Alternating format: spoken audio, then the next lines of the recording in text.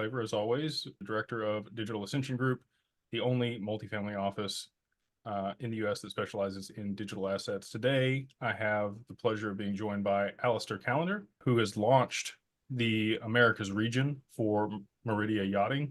Thank you for joining me, Alastair. How are you doing today? Hi, good afternoon, Jake. Great to see you again. Thank you for the invitation to chat with you today. Absolutely, brother. So for those that don't know, there's a lot of lifestyle that you might have. If you already are a high net worth individual or family office, you're probably predisposed to this. A lot of our audience is going to be people that are coming into wealth through liquidity events or other investments that they've made in digital assets.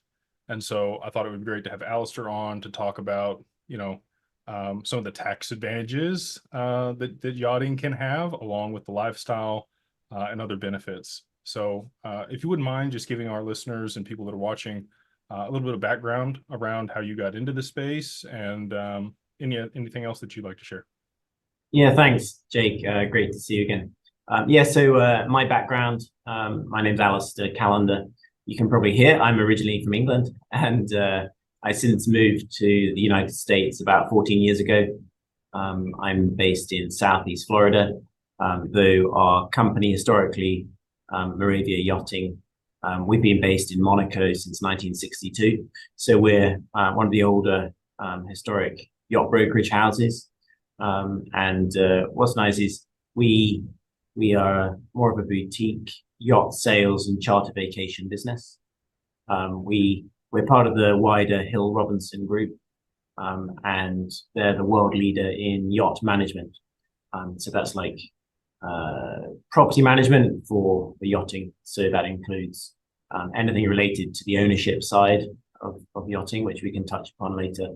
So my background is yacht design. I've won international awards in sustainability, innovation, and yacht design, and then moved into the yacht sales and charter vacation side of the business about 12 or 13 years ago. It's a fun world to be in. It's a very privileged world to get to know my clients, and I've always said I'm in the relationship business. I love to build relationships and be a trusted advisor for my clients. I look after their yachting needs on the vacation and ownership side, and I love to also advise a little bit about philanthropy. So maybe we'll chat about that later. Yeah, absolutely. You were telling me when we were backstage about people will come to you with asks for other people in your network as well, right? So you've kind of become a connector. Just with the clientele that you have, you kind of know people in different niches, and they're able to make referrals and share those network of individuals with people as needed, which I think is great. It's always great to have people in your circle that have an even broader circle. So when you have special needs, it's easy to get connected to the right person. Yeah.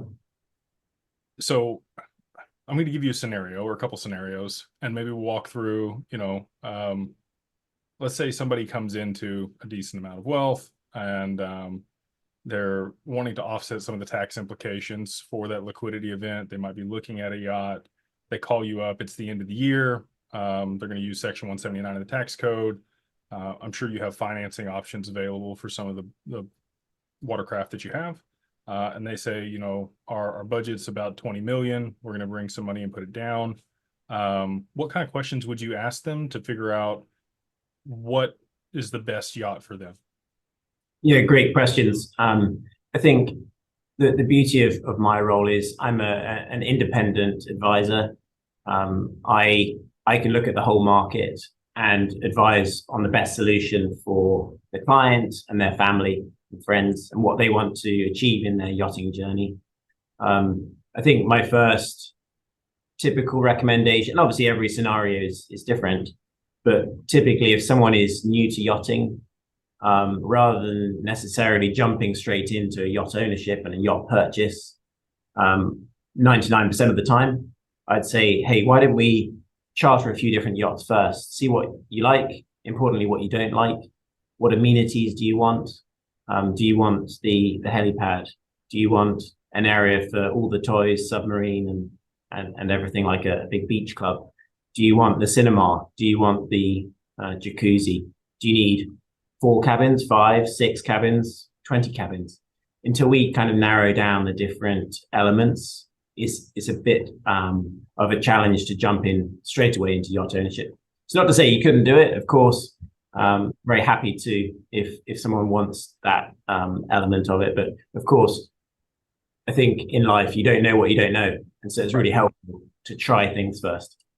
Yeah, I think that's a great way to go about it. So, and you were telling me that this is pretty reasonable in comparison to like even taking a very high-end cruise, getting your own yacht chartered. Can you share a little bit about that? Yeah, of course. So yacht charter is a fantastic experience. A lot of my clients love chartering once, twice, 5 times a year, depending on their time that they have available. So we have yachts all over the world, hundreds, if not thousands, of different options, from the Galapagos to Southeast Asia, the Med and Caribbean, etc., in the US and elsewhere. Also, sort of further afield, Patagonia or perhaps the Norwegian fields. And so, what's nice is we have yachts of every price point. So, probably comparable to other trips that my clients previously go on, whether it's renting a villa or going on a ski trip. We've got yachts from that price point. And actually, one of my clients a couple of years ago told me they'd been on many, many cruise ships over the years with their family. And then we got chatting. I got introduced and recommended to them. Since then, he's become a long-term client, and their kids are now my clients and gone on a honeymoon, which I've arranged for them. Oh, So wow. that's fun.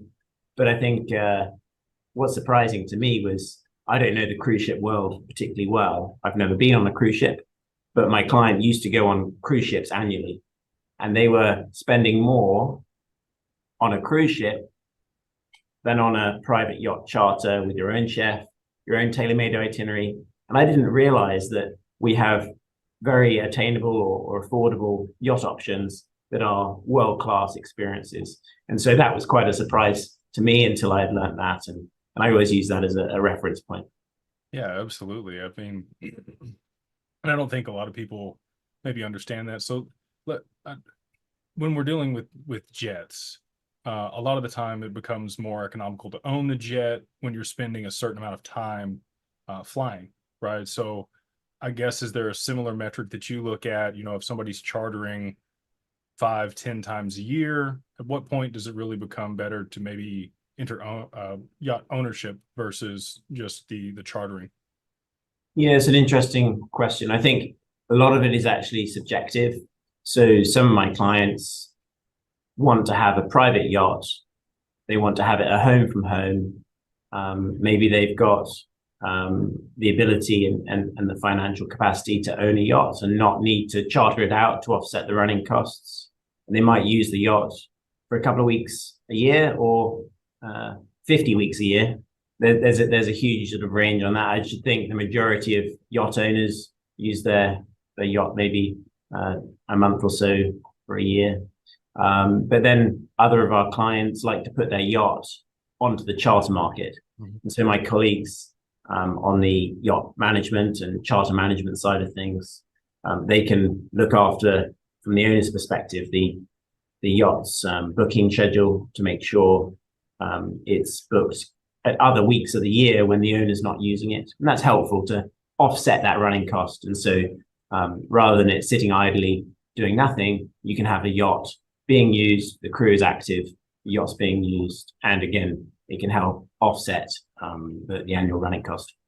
Do you see a point where it actually is yacht ownership ever profitable on the chartering side, or is it more to offset the costs associated with just the upkeep of the yacht and the other ancillary costs that you mentioned? Yeah. So it has been seen to, occasionally break even or indeed turn a profit. But I always say to clients, don't move into yacht ownership to make a business out of it.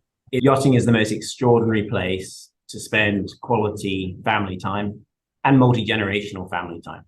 And so, I always say to clients, is those memories that are priceless. So it's important to enjoy your yacht, and we can advise on estimated annual running costs through our yacht management team. So if you're looking at buying a 150-foot yacht or a 450-foot yacht, or indeed a 100-foot yacht. We can give you case studies of what it probably will cost you during the course of a year, but importantly, that 5-year cycle as well, because you've got your maintenance cycles that go through. So that will help understand what it would cost you. And then if you can offset some of that with chartering, a good year of charter will probably help you break even on an annual outlay. How long do you see people hold on to yachts? So I have other clients that, and this is just to do with supercars, right?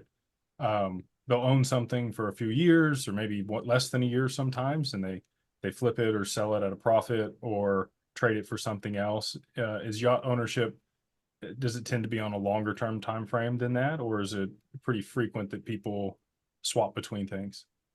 Yeah, I should think there's no sort of scientific answer to that. Some clients keep their yacht for a couple of years, other clients keep their yacht for 10 or even 20 years. I think if it's a family heirloom, they might like to keep it in the family. But yes, every time a yacht transaction happens, when there's a new owner to the yacht, that's when we can advise on the interior yacht design refit. Perhaps some adaptations or changes can be done. Certainly, almost without exception, every new yacht owner would like to personalize their interior. And so we can bring in the right team. That might be a full refit, and we have our own project management team here in the US and in Europe. We've been involved in some of those complex and exciting refit and rebuild projects in the world. And indeed, on the new build side of things, we've been involved in some very exciting, very large projects in the north of Europe. It's a wonderful world when you can have a yacht that is completely personalized to each client. Yeah, that's incredible. Just so like renovating a jet becomes pretty expensive fairly quickly. Is it similar or the watercraft that you guys, redesign? Is it stuff special fitted? Does it have to meet certain criteria specification in order to be, aboard the yacht? Yeah, good question. So for a design refit or remodel, it's important to have those conversations up front with our project management team so we can make sure everything's going to be on time and importantly on budget. And so we have those conversations up front with the interior and or exterior design team, and we can look at the whole process and how you would project manage the whole rebuild or remodel or new build. And so that ensures things won't spiral. And with all the experts in place, you can make sure everything's looked after. Can you give us an idea of cost for like a crew if you had somebody year round that worked your yacht? Maybe you charter it out and they're also your crew as well when you use your watercraft. Yeah, good question. So the quickest way to answer that is it depends. Yeah, so you might own a 100-foot yacht, or you might own a 500-foot yacht. And accordingly, pay scales and employment is different. As a company, the Hill Robinson Group are the world leader in yacht management, and that does include a division of crew recruitment. So through our Guernsey office, we employ thousands of different crew, the various different size of yachts. And so accordingly, we can advise an owner, these are your very best captains, first stew, engineers, chefs, etc. And it's very important to get the right marriage between the crew and the owner. And also on the charter market, the crew is such an important and integral element of a successful charter program. A yacht gets a fabulous reputation for an incredible crew.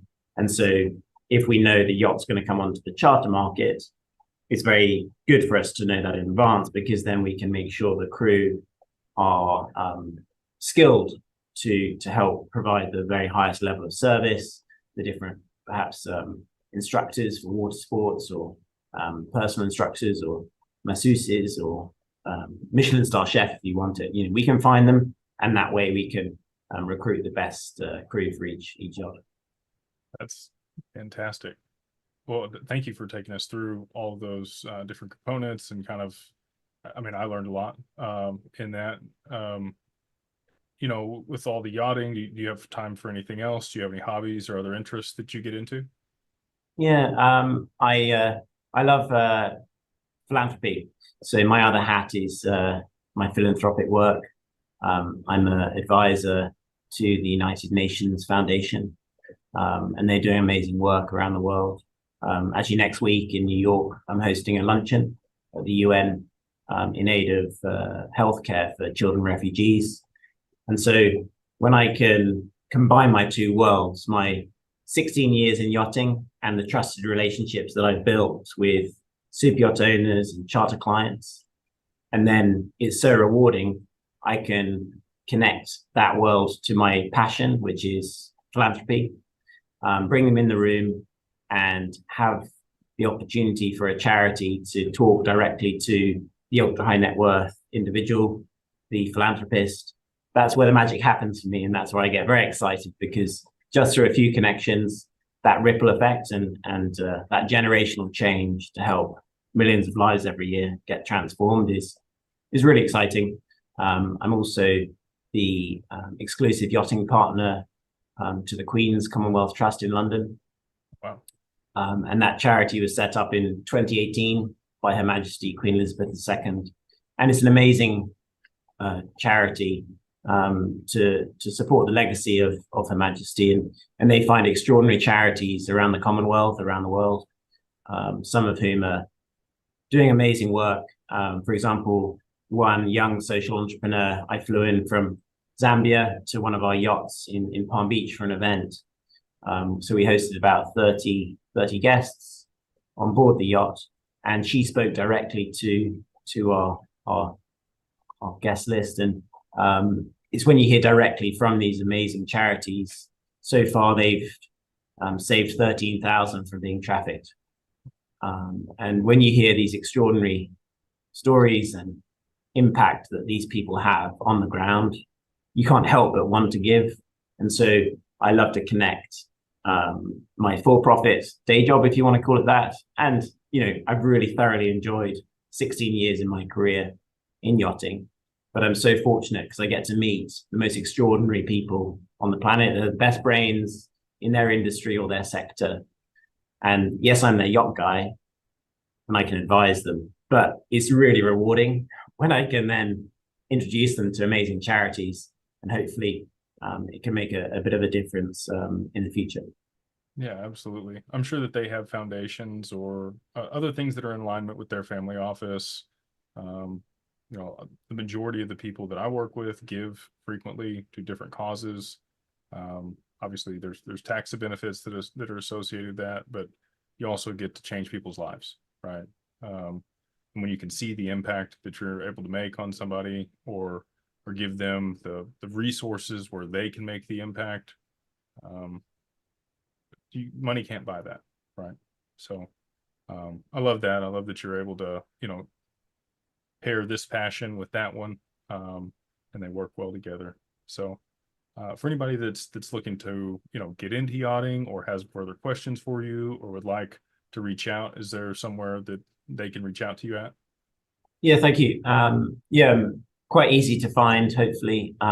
Probably a quick Google search. My name's Alastair Callender. I'm also on LinkedIn. I have a digital contact card, which is contact the yacht Tailor.com. And so you can find me that way. But always happy to chat and connect you. And I'd love to see where I can support any other philanthropic causes and charities, and again connect those dots. It's exciting, and I look forward to doing more of that as well. Love that, brother. Well, hopefully this has been valuable for everybody. We'll have his stuff down in the comments below if you'd want to reach out to Alastair and his team, and we will see you guys on the next one.